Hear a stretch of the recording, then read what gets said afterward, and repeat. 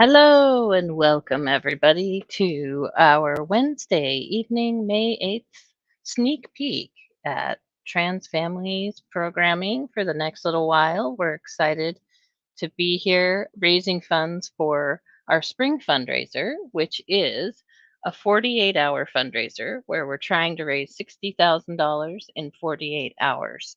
And we are kind of nearing the end of that 48 hours, and we're doing pretty well, but we definitely need your help. So if you can help us out by donating to our fundraiser. I'm putting the link in the chats right now. Right now, we are actually at $36,178. So, woo! But here's the really exciting thing: we have a double match still going on. We're going to leave that up until it runs out, and that means that for every dollar you give to Trans Families, it means $3. So for every $100, it means 300. For every $500, it means 1,500. Your funds are doubled and given to us. So that will really help us with our vital work that we're doing right now, that we're going to talk about this evening with these two fabulous people. I am going to let them introduce themselves. Who should we do first? I don't know. Odetta. Odetta, go ahead and introduce yourself. Hello, hello. Welcome, everyone. And thank you, Revel, for that great introduction to what we're doing this evening. It's so exciting. My name is Odetta. I am, my pronouns are they, them, and I'm the director of programs here at Trans Families. I have been here as a parent and a volunteer, and now doing full time the work that speaks to my heart so much is such a privilege. But I came through the doors originally, like a lot of you, with my trans son, and I never quite left. So, and I'm really glad. So happy to be here with you this evening. Yay, thank you so much, Odetta. And Aiden, why don't you go ahead and introduce yourself? Great, and I'm glad you never left too. So my name's Aiden Key. I've been with the organization since it was a twinkle in my eye. How about we say that? 25 years of work with respect to gender inclusion and understanding, and I would say about a good 17 or more stepping in with families of gender diverse youth. Youth, I shouldn't say just youth, because some of those children are adult age. Yep, And so, like some of those adult children, it was my personal journey that led me to this work. I've had a lot of hats on in the org, and today is I'm in the development pool as well as the programming pool, as well as getting to do fun things like this event right here.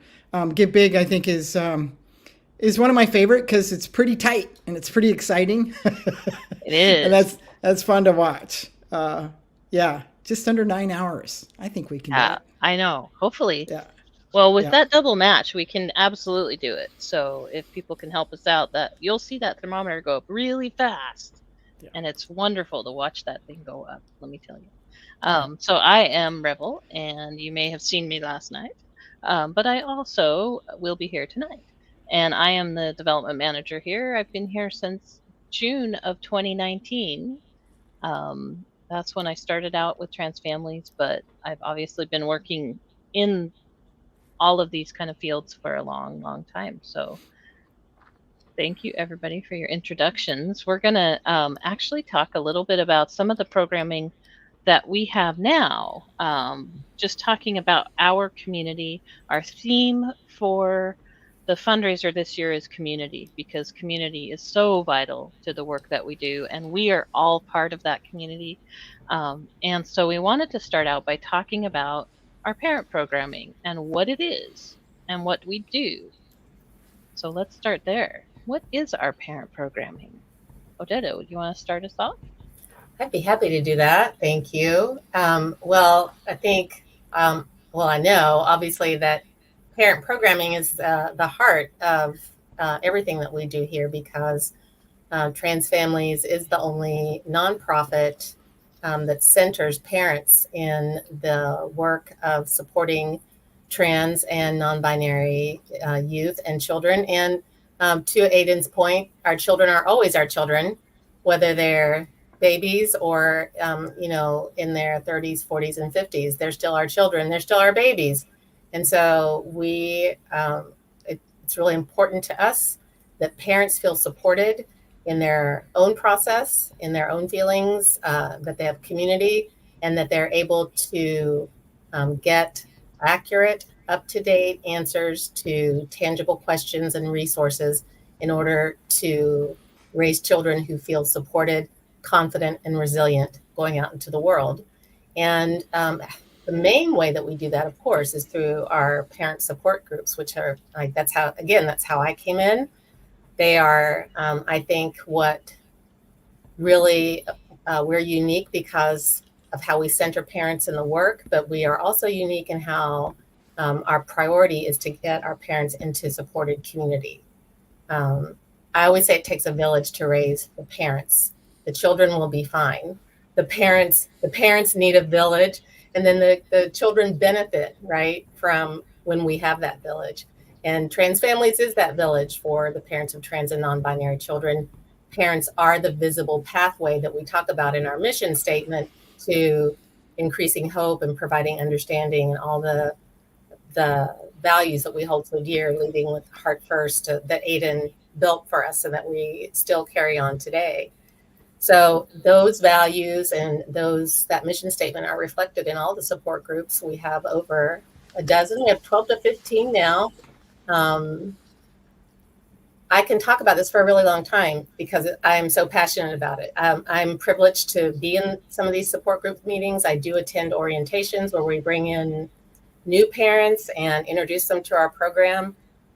It's the most humbling, beautiful thing to have people who don't know you come into a Zoom room and bring their heart, their most tender thing into the room and share with you, trust you to provide a safe, nurturing landing place. And maybe sometimes that's the first time they've cried or had any feelings about, like really gotten to the core of what they're feeling and felt, and other people in the room are feeling that too. And for the first time they're experiencing community. That's a privilege. That's a privilege to watch that. Aiden, I know you know that too. And Revel, you've also done orientation. I always feel like when I go into an orientation, I'm only going to stay for a little bit and just introduce myself.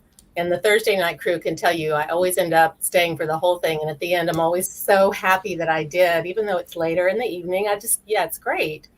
So I know you mentioned last night, Revel, and I was so glad that you mentioned our community of parents whose children are older, parents of adult children group. Yeah. And we had 46 people signed up for that group the other day.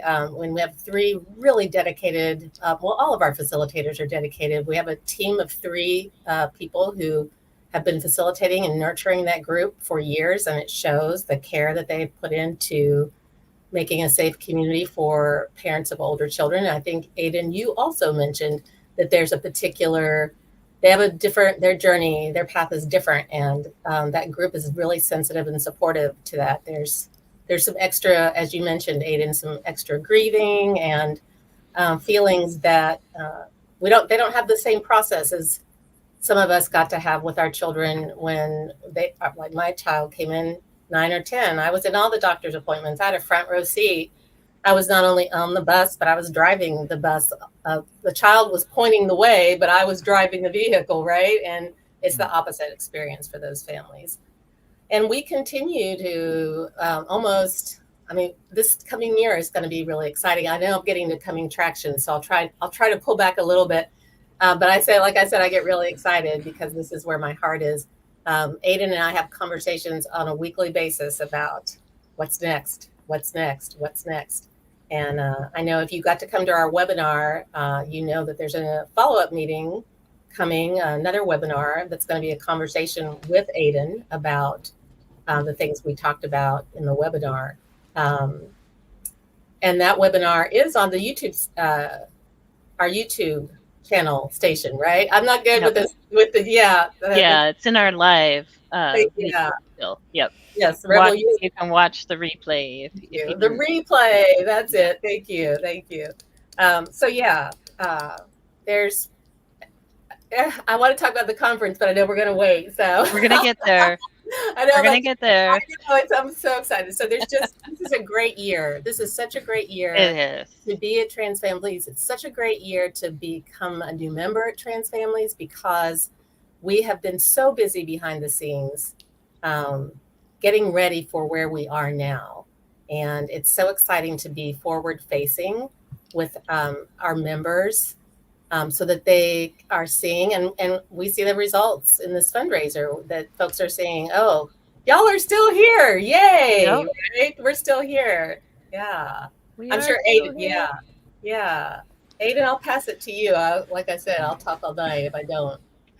Okay, well, you know that you and I, there's so much that we The love two to of dig you. into, Yeah, yeah. explore. But I do want to comment on something because it really struck me when you said, which of course I've heard a million times, it takes a village, right?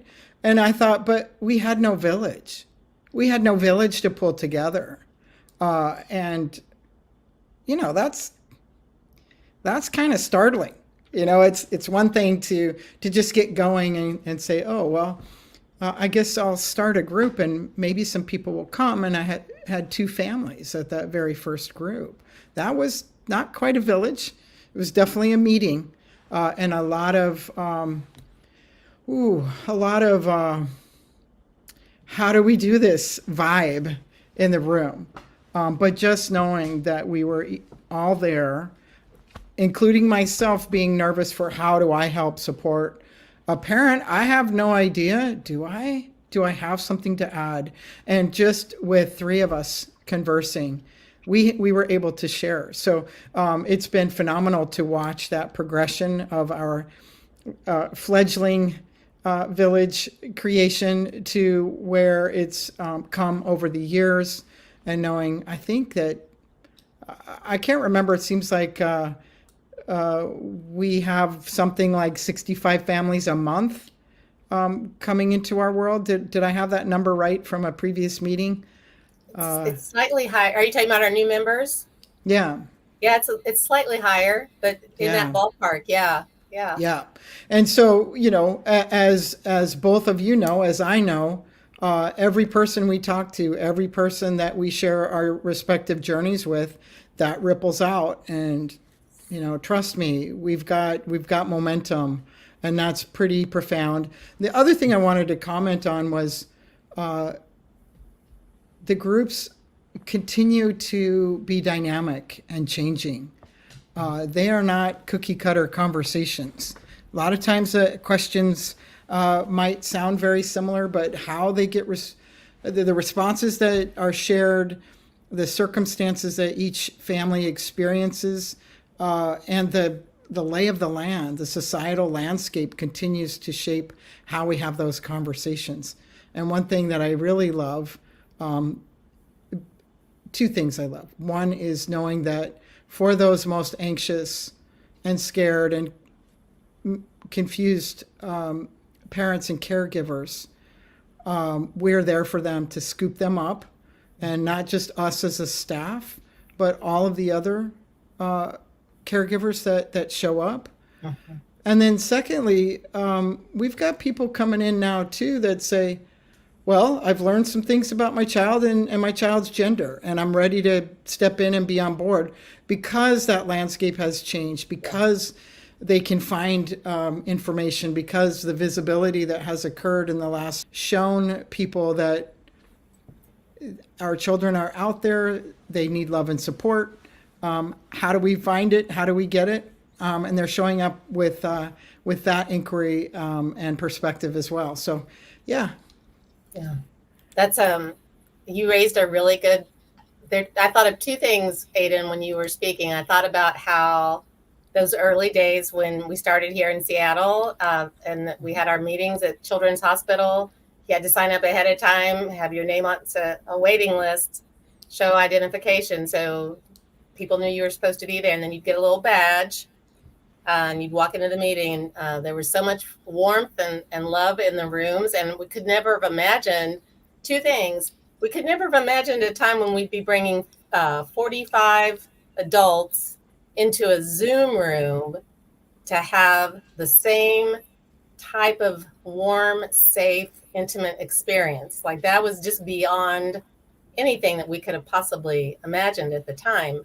And I think that the other piece that we have to continue to give voice to is, and we do in staff all the time. We're always aware of this, but we didn't think that the political climate could change the way it has. Right. I didn't foresee this for my child, for our family, for trans families, and even more than ever, being able to keep these programs going and vibrant and supported is it's so important because of how that landscape has shifted, not in our favor for now, right? So both of those things came up for me, like, oh yeah, shifts. It is always shifting, and we don't know. We don't know, but we do have a safe place here. We have this is our safe place that we can provide, and our cushion where we know we're protected and loved and everyone's embraced. And I know our parents feel that when they come into the rooms. Yeah. Yeah. Yeah, absolutely. Thank you.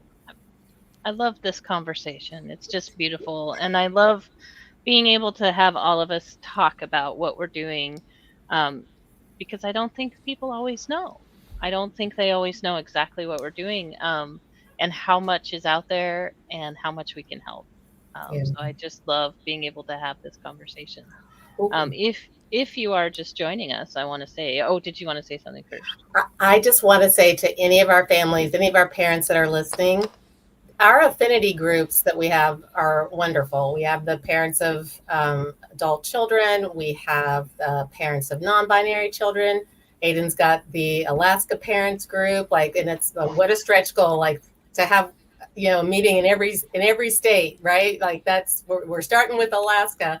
So we have all the affinity groups, and please don't wait till the second Sunday or the third Thursday if you need community. You are Yeah. always welcome in a meeting.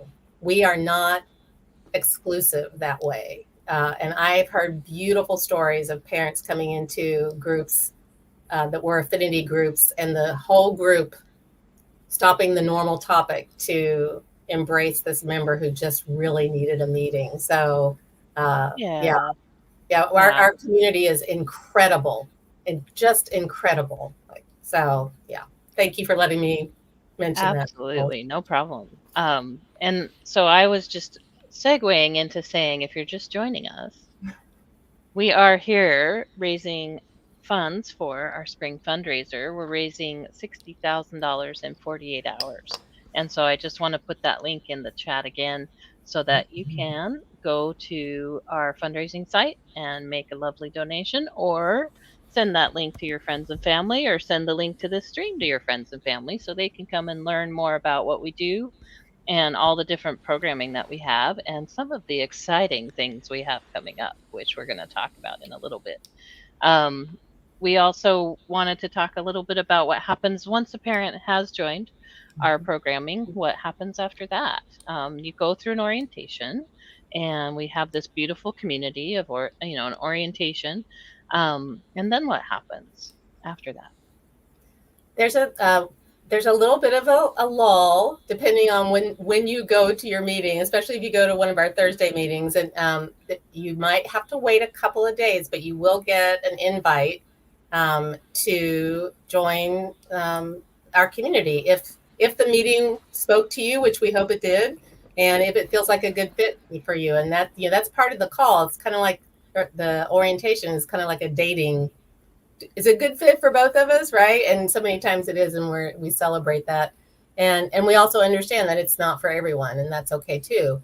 We just want folks to get what they need, and so you do get your invitation to membership. You fill that out, follow the link, fill that out. We've got our wonderful program coordinators on the other side, adjusting things in the background and setting up your membership, like literally setting it up, and you will then get a confirmation that your membership is complete. And once you have that confirmation, you can go sign up for whatever groups that you want to get into. And I think that's when the forums are completely visible and you can get to all the resources. We have some great conversations. The forum conversations might not be as lively as the groups right now. However, they are a rich resource. It is like a little library in there. You can go in. And I know Aiden you still have a heart for those forums, and Aiden will, if you go in and leave a question, Aiden, I bet money that Aiden will come along and answer it. So yeah, so I really appreciate that you have a heart for that, Aiden. Thank you so much. That's just another way that you look out for the program and take care of it. Yeah, but that's kind of the membership process right now.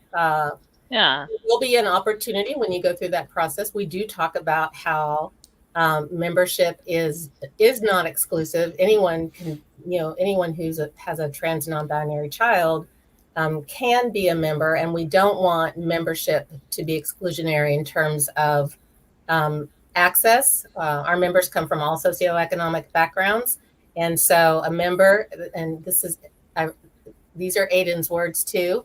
A member is a member no matter what. You always have access. Always. Access is key. Equity is key. And so when you get to the website, you'll see that there are levels of membership. Those are just levels that you might feel called into from how much you are able and would like to give on a monthly basis to help sustain the programming that we're talking about today that's so vital and vibrant and growing. And so that also happens along the way in the membership process. You know, sometimes people are a little worried about what type of where they need to be and feeling like that might be a measure used to approve them or not. Right. That's right.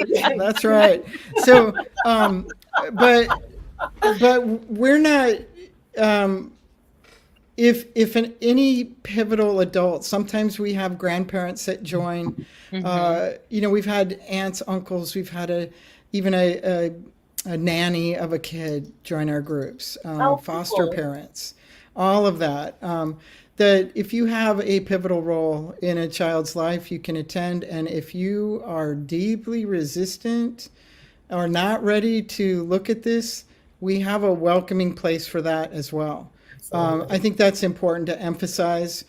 We're not, I don't know if this is the right way to say this, we're not preaching to the choir.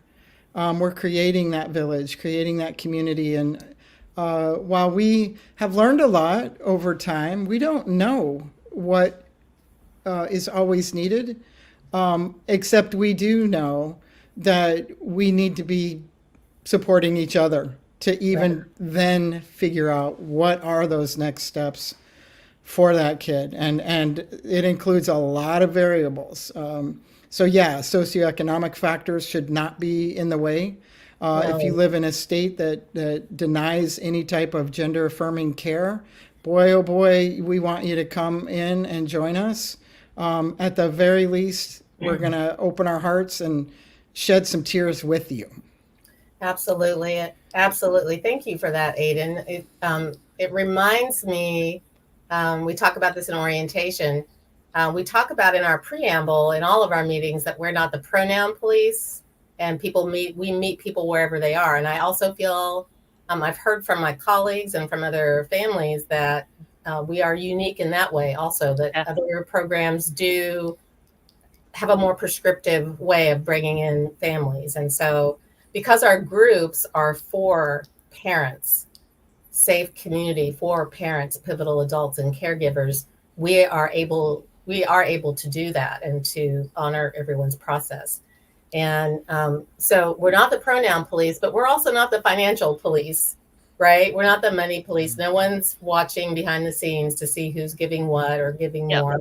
I always talk about, anybody who's been in orientation recently has already heard this, but I always talk about my experience as an NPR listener and how I listened daily for years and didn't contribute anything. And no one came to the door and no one said, hey, you've been listening to this. You just listened to Ira Glass 50 times. Pay up, right? But then one day they said, you could be sustaining this membership for somebody else. Yeah. What? Yeah. Oh, wait, I am able. It was at a time when I could give. And wait, my contribution can make this resource available for someone else. And a big shout out to our community for doing that, because our members readily are happy to do that, to sustain not just the service that we're providing, but to make sure it's available for other families. And I like, again, it's an incredible community, and that really speaks to um, the love and the warmth that people find when they get here. Well, and that's exactly why we're here. A lot of the fundraising we do throughout the year is to help sustain those people who are not able to Yes. give monthly and give a membership, and we make that space for them because of people who are donating, Yeah. and that's exactly why we have our fundraisers. So it's wonderful to have the community be able to support everybody in the community, and Yeah, that's yeah. I agree. We've got families coming in regularly. Aiden, I know you just spoke with a family in the last few months, and that is a new family. But we had folks that come in just a couple of weeks ago from a state where their child can no longer get medical care Yeah. for to be in their authentic self fully, and they are thinking about, are they going to have to move? And right now that's where their financial picture is, and that's what they're thinking about. We don't want, Right. we those are folks that we want them here. Yeah. So yeah, we and people are thinking about making moves all the way across the country. They need to be here so we can support that for them. Yeah. Yeah. I have quite a few friends who have done that, who have moved from states into other states, that they feel, that are more welcoming, Yeah. and that's a difficult thing to do. And having support from something like TransFamilies for the parents, and then also their children, is something that is really important. And that leads me to our youth programming, Ah. because that was the next thing we wanted to talk about. We have a few changes that have happened with our youth programming, and it's super exciting. We're all incredibly excited about it, so we wanted to just make sure everybody knows about our youth programming. We have been so busy. Thank Oh, so you. busy. So Yeah, in such a busy. Yes, wonderful thank way. you. Yes. Yeah. Well, and when I say we, I really want to acknowledge that we have three fabulous program coordinators, Sam, Simon, and Casper, who make so much happen behind the scenes and with children and the program. And I'm talking about youth at this point. I love about our program that youth can only come through the youth program once we know that their parents are also being supported. I really appreciate that. And so once you become a member, then you can advocate or sign your kid up for the numerous different offerings. And so we've made some changes. We've always had a Discord. Well, we haven't always. We've had for a while a Discord community since I've been here, and it's vibrant. It's well monitored. We keep an eye on it during its hours that it's open, which are Revel. You want to help me out? 5 a.m. to 9 p.m. Yes. Pacific, which is 8 a.m. to midnight Eastern. Okay. Thank you. Yeah. And so Revel's been active. Yay. I love that. Yay. Yes. Sam, Simon, and Casper. Yay. They are great. They have such a heart for our families, and particularly the youth. And two of them were youth in this program. And so we're like, what an honor that is for us to have alumni on our staff now. And so so we have for teenagers, so that's 13 and older, the Discord group, and lots of amazing things happen. There's daily chat and community, and it's beautiful because people can post their art, and people are playing games, and there's the question of the day, which is always entertaining. And there's a channel that's the positive thought of the day, and it's just wonderful to see our kids in there, happy, comfortable, freely expressing themselves, freely in their full identities, being embraced by one another. Again, that peer-to-peer support is, that's their platform. We're meeting them where they are, which is in that Discord channel.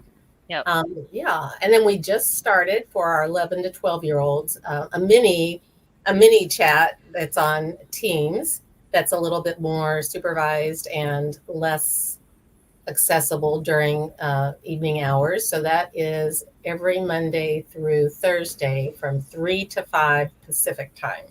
And Simon is in there and he is ready for conversation. So we want folks to get registered for that. And we have had a good response to that. So we already have about 10 families who've signed up for that. So that's exciting. And both of those communities have support groups outside of the weekly. Actually, the Discord channel has quite a bit. They have the support group every second Sunday. And then there's also movie nights and chill art night. I love chill art night. They do shout out to the chill art group because they made some beautiful art to welcome in one of our newest groups, and that was our our Kid Spark. So we have Tween Sparks, which is the 11 to 12-year-old, and then we have Kid Spark, which is the 8 to 10-year-old. And our 8 to 10-year-old group went on a little hiatus because we wanted to up our game a little bit with that offering, and so we feel like we have met that challenge and hope that our youth do as well. I think they will. Sam has been doing some really great programming. He's already got curriculum he's working on for June. He is rocking it. So that group is on a Teams call so that it has a safe platform for those kiddos. It's very interactive, super fun. And on their first meeting, Sam had arranged a collage of pictures that were drawn by the older youth, the teenagers, in the chill art space in order for the sole purpose of welcoming back our 8 to 10-year-old kiddos into the room, and how happy they were that those kiddos were able to come back and have community. I mean, that's where it's at, man, right? That's what we're, and those kids are going to have, those are future Titans. Those are future Titans in that 8 to 10-year-old group, and that had that modeled for them by our older teens. If you're not familiar with our Titan group, that's another level of programming for our older teens where it's a leadership skill building program, and it's very, very engaged and purpose driven. We will be launching that new cohort at another time when we're launching something else, but I won't talk about that right now. Not quite yet. We'll get there. Yes, and also at that same time when we're launching something else, we're super excited that we're going to be launching our Little Sparks and our Kinder Sparks. So Kinder Sparks are 4 to 5-year-olds, and our Little Sparks are 6 to 7-year-olds.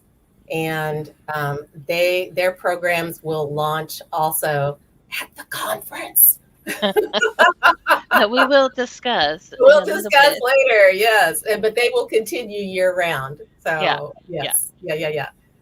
So it's really dynamic right now in youth programming and really exciting. And our youth program coordinators have lots to do. And that's the way they like it. Yep. Yeah. And those connections are so amazing to see. I've been in the youth community, TransFamilies youth community, since 2020 is when I first started helping out in the Discord server, and I love watching them share art and share their thoughts and support each other. I think it's something that our parents do, and we see our kids doing it too, where a kid will be struggling with something, not even necessarily an aspect of their transition, but just something.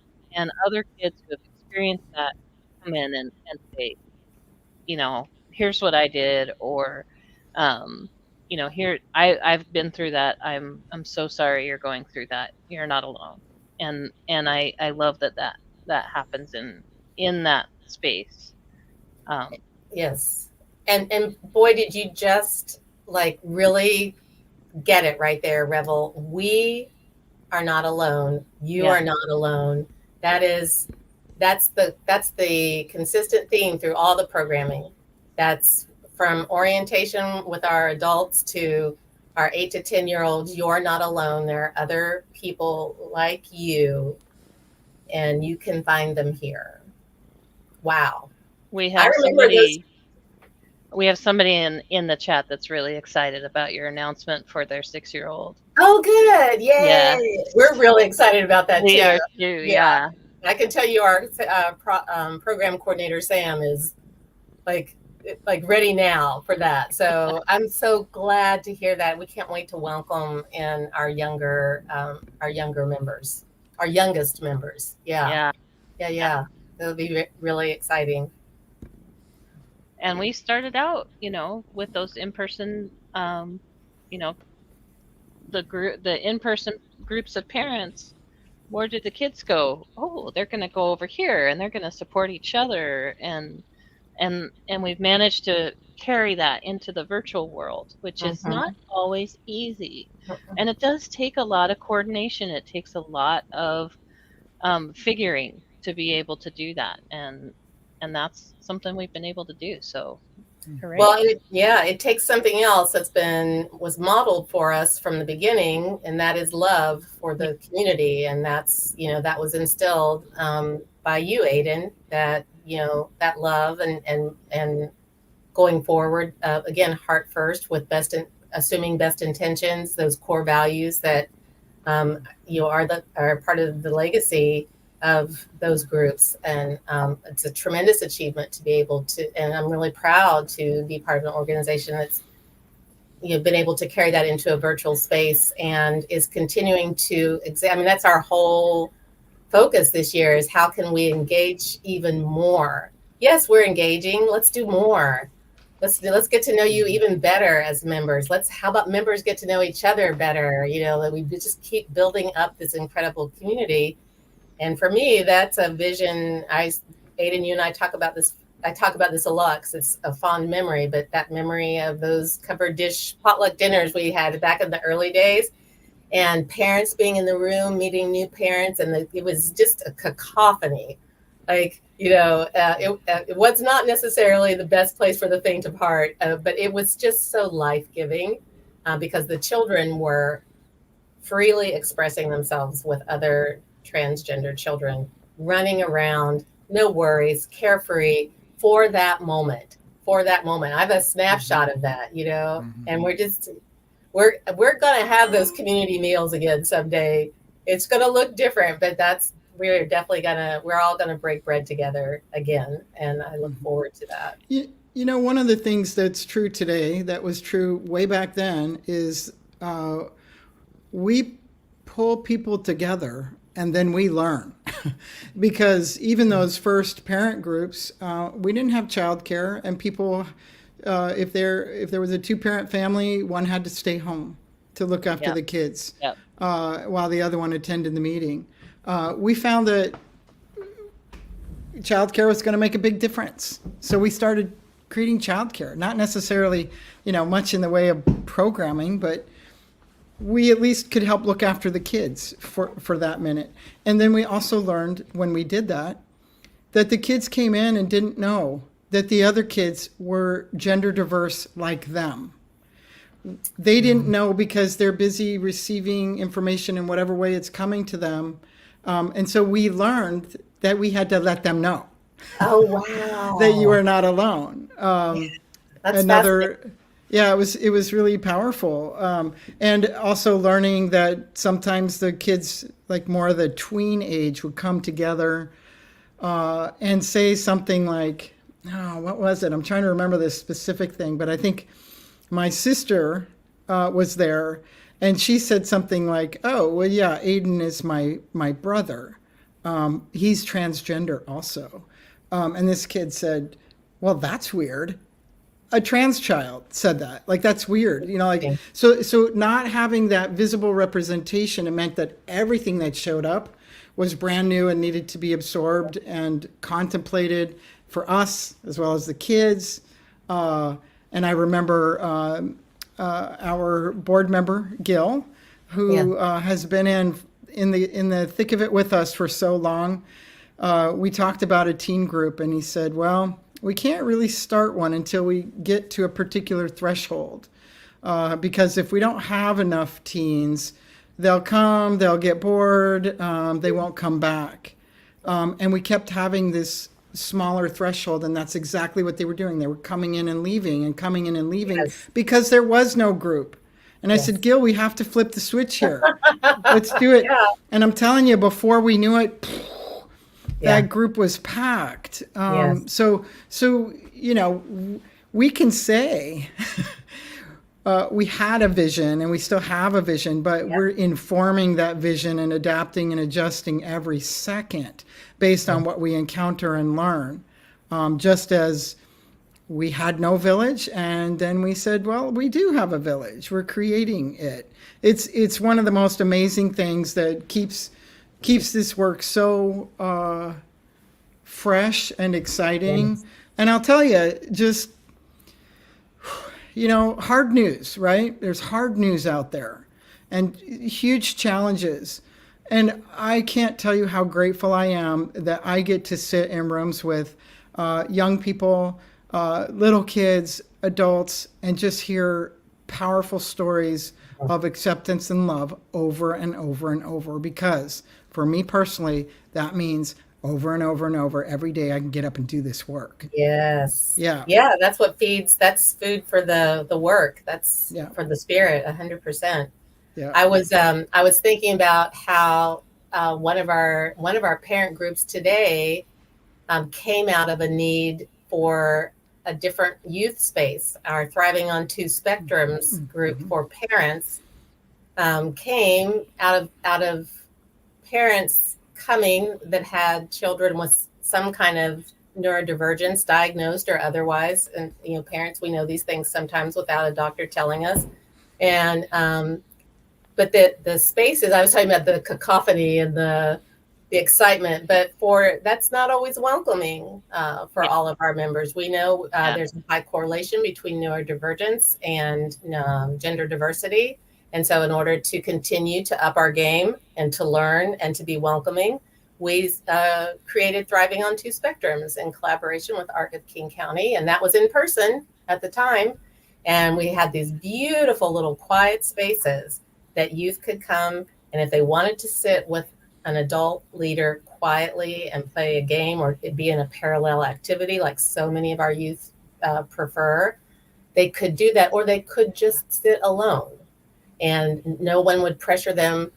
Normally we want to welcome youth into spaces, but that is not always a comfortable experience for a neurodivergent youth. And so that group is still going today for our parents and is thriving and is part of that legacy also. So yeah, and I have heard out there's some interest in a group like that for neurodivergent youth. So we'll see. Yeah. Yeah.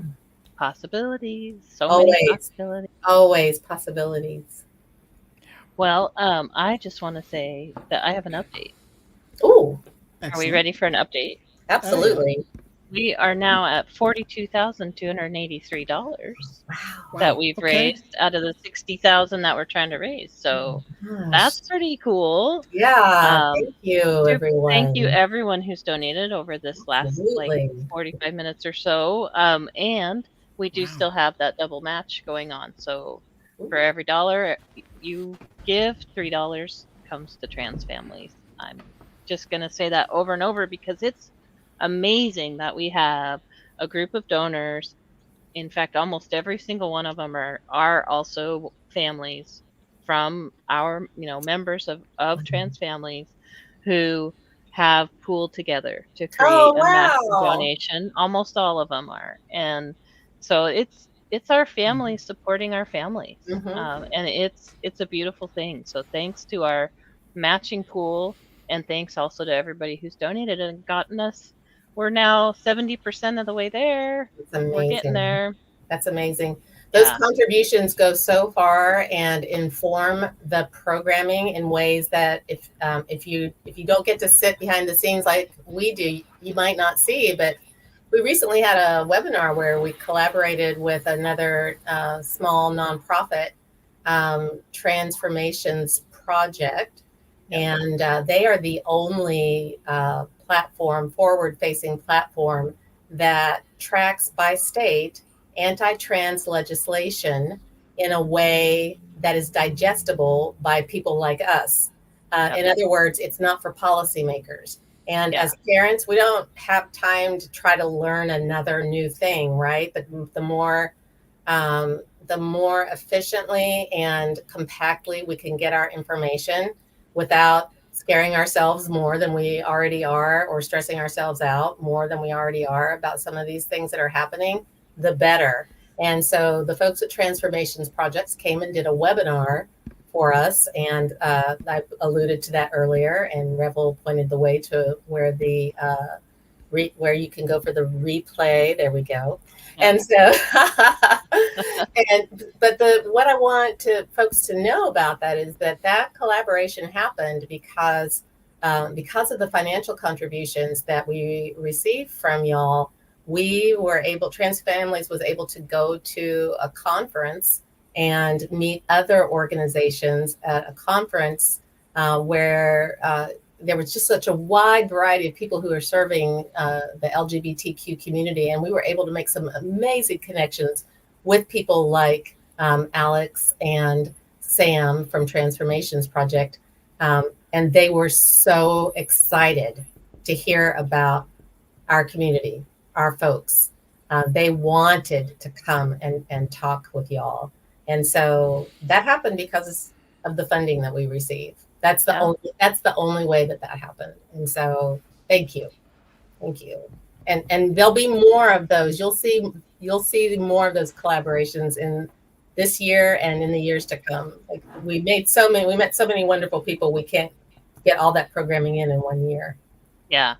It's exciting that all of these collaborations are going to continue to grow, and what we get to see in the upcoming many years. Yeah, all to the benefit of our membership, our community, our parents, and their children of all ages. Yeah. So we have had this last year, we have had a wonderful person leading us who has helped get us to a place where we are ready to grow. Luana Johnson, our interim executive director. But she has been working on a search for a new executive director for TransFamilies that can help lead us into the future. So we have that process starting to close up now, and hopefully we'll be finding out soon who our new executive director is. And there may be some ways of connecting with that new person coming up in the future as well. How exciting. Yes. And that leads me to finally, we're going to talk about the conference. Yay! Because that might be a place where you might meet that person. I think somebody here might want to have something to say about the conference. Does anybody have anything to say about the conference? I might have a few things to say about the conference. Yes. Thank you. Thank you, Revel. Well, listen, folks, for those of you that are new, this will be the first time we have had an all community in-person gathering since 2019. Yeah. So you bet I have lots of things to say, and I am so excited about all of us gathering together.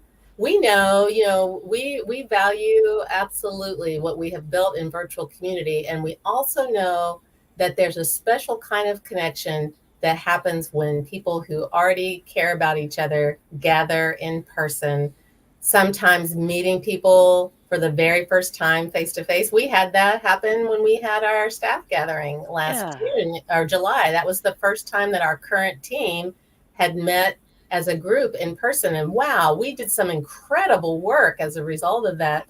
That's, is now becoming, more apparent, I think, to the community, what we've been working on. But the bulk of that happened during that magical moment of that synthesis of everybody at the table. It just was so great.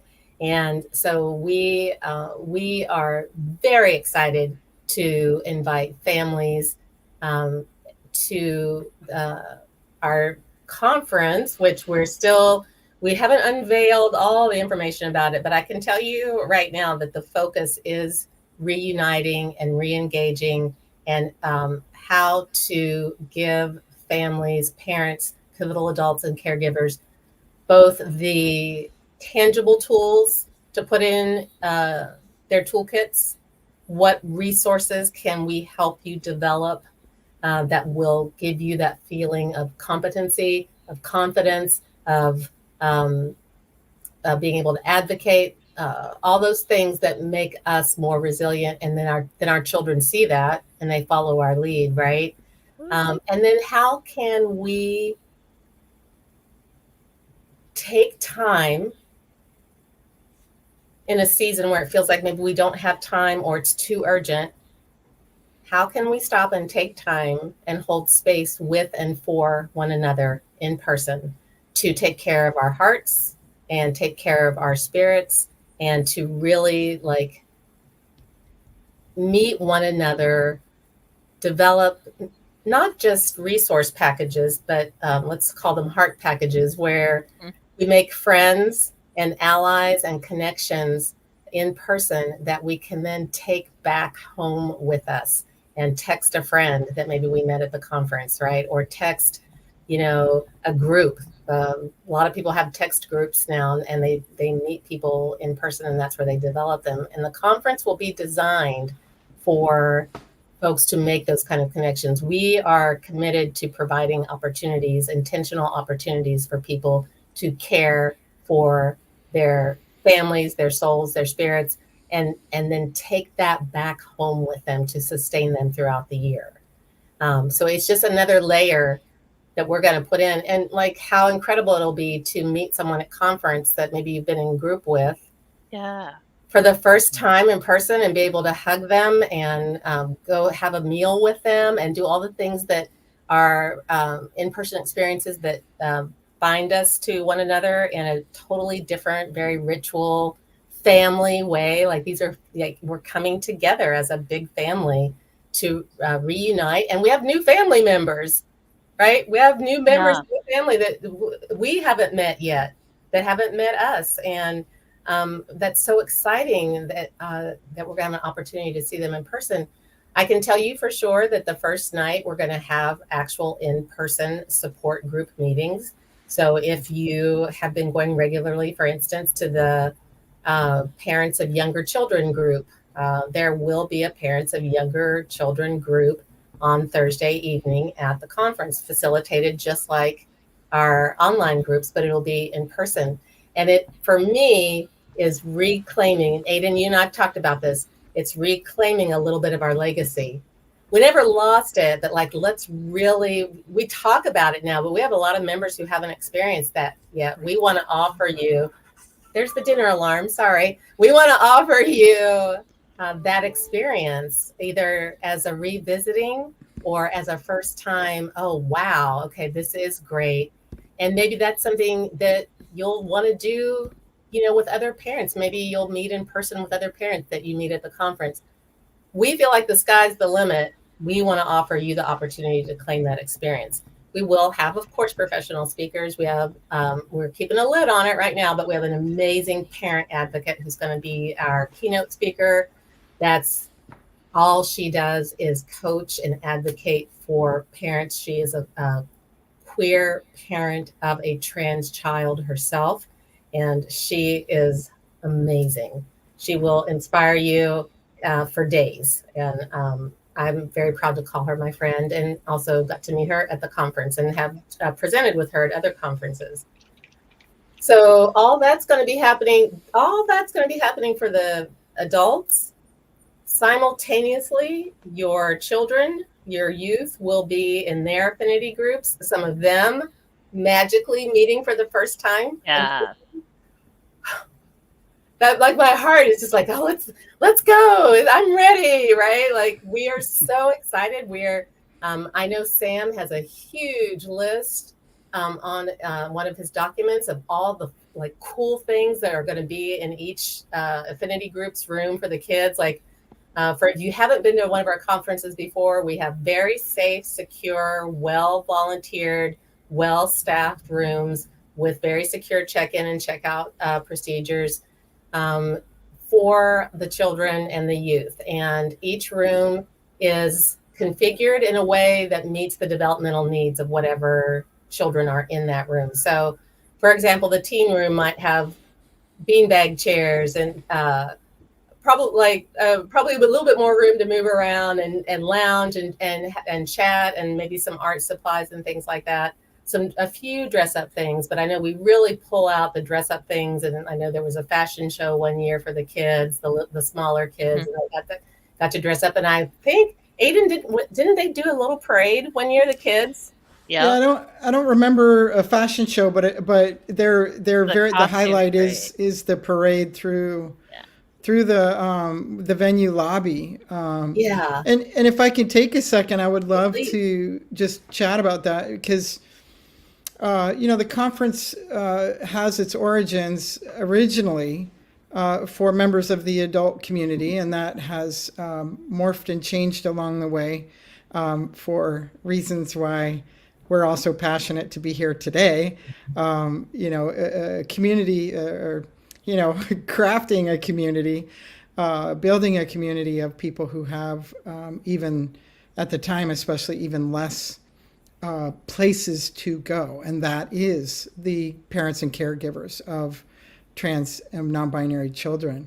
So I wanted to mention that because it's one of the things that we still strive to do within the organization, as well as our upcoming conference, to be able to come together as a very diverse group of humans, and have validation for that community. Be able to see, maybe a couple of adult gender diverse staff members that work for the organization, or those who are volunteering, or those who are presenters, our keynote speaker, being able to meet people from different walks of life and see how different they are from maybe your experience, but then also find those people that say, yeah, I'm from the Bible Belt too. So good to meet you. Oh my gosh, Yes. somebody that gets it. And I want to see how powerful this was, and allow me the segue to talk about it personally. To be able to first meet parents and see their children and see the magic that happens when we come together. It feels really cliched to describe it that way. But if I have a parent who comes up to me at the conference and says, oh, I want to thank you so much for this conference. It's been amazing and life-changing. I'm kind of like, because I've heard it. The conference has been going on for a long time. But this parent says, see that kid over there? The one riding on the shoulders of the other kid? That's my child. And I haven't seen him smile for years. Wow.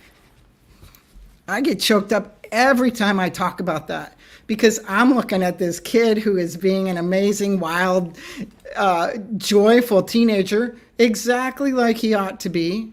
And I'm looking at him and seeing him through her eyes. Yeah.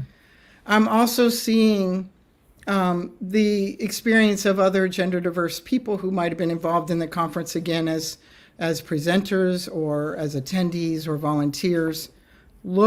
Just even looking at those young ones marching through the lobby, or seeing, from their farther away vantage point, the kids' camp environment, and watching the kids play. And they're seeing something that to them is utterly impossible. And that is children who articulate their gender early, find the words, find the language, and people in their lives who hear it. Who hear it and take it in and receive it and say, oh, I don't know what this is, sweetie, but I'm here with you. Yeah. And then also the experience of those parents for whom meeting gender diverse people is pretty new, and their nervousness, and then they're making fast friends for life, and including Yes. people who might be in their community who they can then invite over for dinner. You know, Yes. it's With their so children. profound and Yes. Yeah. and so Yeah. symbiotic. And I didn't know the depth of grief for a childhood that wasn't there for me. Mm. Yeah. It's there at the same time. These beautiful kids and families and humans are together, taking that grief and saying, we can heal this. And it's happening concurrently. It's happening live. Yeah. And I'm so not alone. I've watched tears streaming down Oh, the faces yeah. of people. And it's really just, yeah, whatever we talk about when we get there, whatever the sessions are, Right. it doesn't, it matters and it doesn't matter, because it is us getting together and witnessing a live in the moment example of how our future can be. And, Yeah. if we have anything to say about it, how it Yeah. will be, how it Yeah. is No, going it to is. It Yeah. is. And I think, yes, I think that is part of the conference, is reclaiming our story, reclaiming our narrative. The times are not what we expected. It's unsettling. It's scary. And it's knocked some of us off our center, understandably. But our narrative, just because their narrative has changed, doesn't mean our narrative has to change. And that is part of the theme of this conference, is what is your story? We started with that, with the webinar, what's our story? Yeah. And everybody got to meet the staff. And Aiden spoke so beautifully, as always, about the history and his experience of growing this organization and into what it is right now. And, that story is still there. No one can take that away from us, especially when we are in these communities together. That is where we are strongest and best and fed and nurtured. And I want to circle back to what you said about the professionals, because there's going to be a place for our professionals also at the conference. But before I do that, one thing that I had not thought of, because my kids are older now, but we have, because of the pandemic and the isolation that occurred within support systems and schools, and because of the damaging, hurtful political rhetoric that's happening throughout the nation, families don't have the same kind of access to other gender diverse children. So we have a lot of little ones in our community who don't know any other children that are, they don't even know one other child. And that is why those groups that have gone virtual for the younger kids that's one reason why parents are so enthusiastic about that, because their children want that just like we want that. Yeah. Craving Absolutely. that. Where are my people? Like where are my people? Right. And we're here. And so the conference, I think, like, I can hardly stand to think about the first time we see those children together. Won't just be that we're all gathering together for the first time, but for many of our younger members and probably our older ones too, it will be really the first time of being of meeting their peers. And I cannot wait. To see that happen. Yeah. I pinch myself sometimes and go, how did I get to do this? How did I get to be somebody who gets to do this as their job? This is just beautiful to me.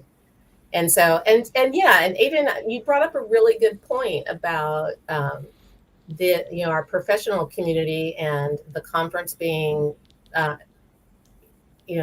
shared, but inclusive of the professional community. And I just want to say, although it won't be the same scale as what we might have had in the past this year, Aiden and I are working very closely to make sure that there is a special offering for the professional community, time for the professional community to gather, not only to talk with one another, but to talk with us about these changes and the same conversation we're having right now, really, and how we can benefit from their expertise in a way that benefits our families. So So, You know, I will add one little PS to that. yes. Is that those professionals learn more than they ever could in a presentation, because in some ways this conference helps them see the adult caregivers as such a crucial factor in the lives of their kids, because it might seem logical, but the memo doesn't always show up at first. And why? Because largely those professionals have worked only with gender diverse adults. And the approach does not translate. Right. And so if they're incorporating the crucial role of a parent in their understanding, then you can bet, at least I like to hope, that we are sharing with them the knowledge of how to engage those parents, not as somebody, an annoyance that's in the way or presenting barriers, but as somebody that is absolutely critical to the long-term successful journey that that child is undergoing. I'm so glad you mentioned that. Thank you. It really gets to the heart also of how, in the past, parents were stigmatized in this work. And it's not that there weren't hurtful stories. Of course there were. And there are an abundance of parents in our community and in the world who love their trans children and just want to know how to do the very best for them and how to be the very best for them. And and we're seeing that, like the conferences I've been to, been able to attend this year, just this year alone, we're seeing there was one panel presentation that was exclusively for parents of trans children at a national LGBTQ huge conference that's held every year by the LGBTQ task force. There was one caucus panel that was for parents of trans children. That is amazing. And there will be more next year. And we get to work with other folks in our field to make sure that happens. Parents wouldn't have been welcome in 20, 30 years ago at a gathering like that, much less have a place. Oh no, we're talking 5-10 years ago. Oh, okay. All right. Because parents did attend that very conference, and I held those parents in my arms while they cried because they were asked to leave workshops or to not speak in workshops or to take that back seat. That their very presence was could be traumatizing for someone else. And while all of those things, while I can recognize that someone's hurt with respect to their damaged relationship with their own family members, it was and can be brutal, and I think that's still true today. So I think we have a ways to go, but I do see a lot of progress in terms of recognizing that our cisgender heterosexual parent community are not just allies. They are us. They are us. They are trans families. Yes. Yes, 100%. And I just am. For me, it's just so. I feel like we are and have been on the cutting edge of that work, and that vision's been held by this organization, long before it was held by, the general population. And I think it is in process of changing 100%. And I also want to go back just for a minute to talk about the conference and say, while we hope that you find your affinity groups and your regional groups, we are all one family. And someone who grew up in the Bible Belt, I welcome the Bible Belt people and the secular people, and I don't care, and neither does anybody else where you're from. We just want to see you. There is a place for everyone at the conference, and so all are welcome. In fact, I will say that is at the heart of why we are going to be in Indianapolis this year, is that we have enjoyed being on the West Coast, where we are, most of us in this conversation are familiar and Mhm. probably feel a level of safety that's whether it's valid or not is not, I think that we just do. We take that for granted sometimes. And so 2 years ago, when we first started talking about this, the vision was how can we be more accessible? How can it is expensive for a family of five to fly to a metropolitan city on the West Coast and stay in a downtown hotel. That is a large expense. We were talking about financial equity at the very beginning of this conversation, and this is an experiment. We're taking the conference someplace that Indianapolis is um, 3 to 4 hours driving distance from 6 major Midwest cities. Folks in the Midwest, y'all know, hop in the car. Don't think anything about that, and stay maybe someplace where it's more affordable, or don't stay in the city center, or stay with friends or relatives, or come for the day. However, it works, but we know that where we've had the conference in the past has not always been accessible. We also know that there could be some trepidation about going into the Midwest.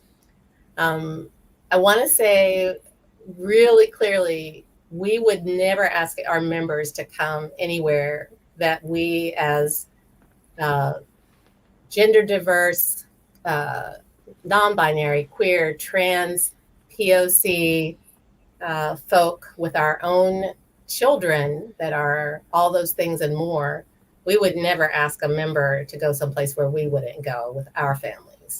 And Revel and myself and some other staff folks had the privilege of being on the ground in Indianapolis. We have sibling organizations, including Gender Nexus. Is that right? Mhm. Yeah, Gender Yep. Nexus in Indianapolis that are partnering with us. There are many LGBTQ friendly advocacy groups and organizations for adults and youth in the heart of Indianapolis. And Indianapolis is very excited to see us. This is the host city of the nation. They pride themselves in that. They host the NCAA tournaments. They host NASCAR, all kinds of high-level athletic events, all kinds of conferences throughout the year. Hoosier hospitality is another thing you'll hear about, and you will feel it the minute you get off the plane and walk Yep. into the airport. They are the friendliest, warmest, kindest people. And I love Seattle, but it was a little harsh coming back and not having that warmth when we got back. So we're always happy to talk with anybody about that, but we did want to give voice to that because we know that not everybody understands the decision to do that. We know it's the right thing to do, and I hear every day from people who are so excited that it's in their area so they can come this year. And We've got somebody in the chat right now that's saying Indianapolis has made great strides to be inclusive. Lots of areas that we feel safe there. oh, nice. Excited that we're bringing the conference there. Thank you. Thank you Yes. so much for that comment. I love that. That just, we really, really appreciate that. And we're excited to be there too. And I know it's going to be wonderful. And I think that we are going to have new family members because we're meeting the family halfway, Yeah. so to speak. Oh, man. Well, That was a lot. Stuff. I know. Yeah. That was so much stuff. So we had talking about our parent groups, talking about our youth groups, talking about our new ED coming, conference coming. We've got some other special webinars and other events coming throughout the year that we will be talking about more. And we've got some cool things in the waiting in the back wings that we'll talk about later after conference to make things even easier for our members to join their meetings. So we'll have some more things for you later in the year also. More will be revealed. More will be revealed. Yes. I think that's just about all for us this evening, though. Anybody else have some final comments you would like to make before That did not feel like an hour and a half. Wow. I know. That was a great conversation. I know. Thank you so much. Aiden's thinking. Yep. Aiden's thinking. Yeah, does it show? Yeah. That's good. Yeah. Well, I've known you for a long time, my friend.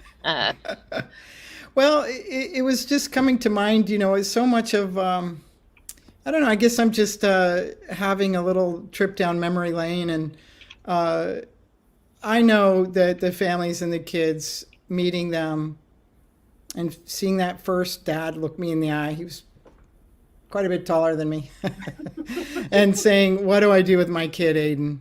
And just seeing his desperation. And me looking at him and thinking, dude looks like he's got privilege, and why is he asking me? I don't know. I'm trying to make my way through life. I don't even know. I can't see very far ahead. Maybe I could see through tomorrow and the next day. And he's asking about his joy, his heart, his teenager. And so I'm thinking about how impactful that was for me. Radically life-changing and radically life-healing. And then also thinking about so many of the members of the adult, trans, and non-binary communities that I've met who've donated in ways that they haven't, either they've never been to the conference or they've been once and it was amazing for them, but they've never forgotten what it meant.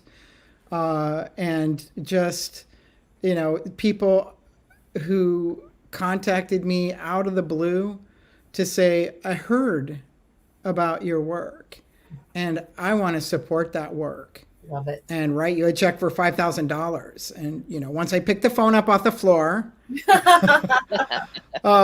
incredible. So I just want to honor those people as well. Our lives are challenging, and so are many people's lives for so many comparable reasons. And yet our ability to give back, to see that connections, the intersections, and how if we give of our hearts, if we give of our time, if we give of our money, if we give of our ability to converse with another human about this issue, that is exactly what's changing the world. And I guess as I maybe naively look at the backlash of legislative efforts, I think there's no way you will prevail. No. You might prevail for a bit, but there's no way. This is a massive paradigm shift of which open-heartedness and generosity are propelling that shift. Yeah. Yeah, remind me of that when I feel low, I know. That's what we do for each other, right? We do that. Yeah. And as you said earlier, these stories and the letters and the notes we get from our families all the time, the little words of encouragement that like that's food, spirit food, for the work. And you don't mess with parents, right? You don't mess with families. Right. Because families, we stick together. And we fight back, and we fight back in ways that are visible and seen by the world. And we fight back by having the courage to get up the next day and do it again. That is also fighting back. Yeah. And we don't give up. And that is also a loud way, quiet way of fighting back. And but we can't do any of it without the support that we get from y'all. You make it happen. Yep. So absolutely. And that's a fabulous place for me to tell you an update before we say goodnight. Yes. Okay. Here's where we are for right now. We are at 46,213. Whoa. Thank you everyone who has helped. And if you are interested in helping us reach our goal of $60,000 in 48 hours, we are 77% of the way there, and you can get us the rest of the way. We still have a double match for a little while, and we want to use that double match up and show those families who banded together to donate to this fundraiser that we also are here and we want to support trans families. So I've put um, the link in the chat so that you can go there and donate, or you can send it to your friends, or you can send it to your family, or whoever it is you think might be interested in helping us out get to our goal. So thank you. Yeah, thank you. Have you heard something tonight that piqued your interest and you want to know more about a group or about something we talked about? Please do not hesitate to email any of us at Odetta at Trans. Yeah, there you go. Yep, And that's our us. info, yeah, just like reach out. We love to, we don't want to be pushy, but we do really love to engage with our members. And you are never a bother. You're why we are here. So, let us be in service with you, please, if we can be. It's our privilege. Absolutely. All right. Thank you, everybody, for joining us this evening. Thank you so much to everybody who's donated, and thanks to everyone who has shared that link. And just thank you for being here and listening to all of us tell you about the absolutely exciting things that we have coming up this year. We are so excited to see you, meet you, and we will catch you next time. Yes. All Good right. night. Thanks for hanging Thanks, out with us. Y'all are everybody. amazing. We love you.